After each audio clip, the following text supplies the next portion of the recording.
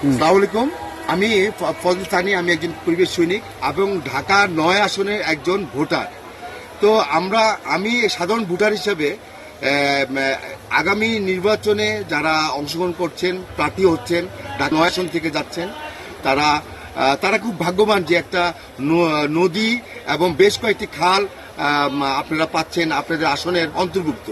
তো আমরা এই নড়াই নদী এবং খালগুলি আগামী আপনারা প্রার্থী জয়ী হলে কি কি পদক্ষেপ নেবেন, এই খালগুলি রক্ষণাবেক্ষণ এবং নদীর রক্ষণাবেক্ষণের জন্য কি পদক্ষেপ নেবেন সেটা আমরা জানতে চাই। এখানে নদীর যে ভয়াবহ অবস্থা সেটা দেখে আমরা বিস্মিত। দেখেন নদীর পাড়ে, এই নড়াই নদীর পাড়ে কিন্তু আমি দাঁড়িয়ে আছি। দেখেন নড়াই নদীর পাড়ে কি ময়লা আবর্জনা একটা ভাগাড় হয়ে দাঁড়িয়েছে।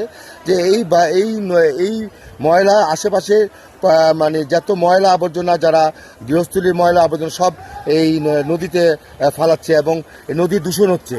এই নদীকে রক্ষার জন্য, খালগুলি রক্ষার জন্য আপনারা কি কি পদক্ষেপ নেবেন সেটা সাধারণ একজন পরিবেশ সৈনিক হিসাবে আপনাদের কাছে জানতে চাই, যারা ঢাকা ৯ আসনের যারা প্রার্থী হচ্ছেন তাদের কাছ থেকে। ধন্যবাদ, ভালো থাকবেন।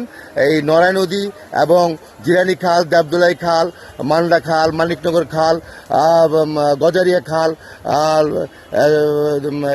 এই খালগুলি সম্পর্কে আপনাদের আগামী সংসদ নির্বাচনে জয়ী হলে কি কি পদক্ষেপ নেবেন সেটা আমাদেরকে, সাধারণ মানুষকে জানান। ঢাকা ৯ আসনে অধিবাসী থেকে জানান।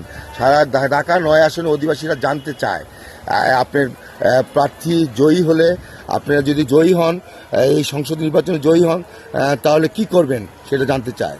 ধন্যবাদ, ভালো থাকবেন, এই পরিবেশ সৈনিকদের সাথে থাকবেন। আসসালামু আলাইকুম।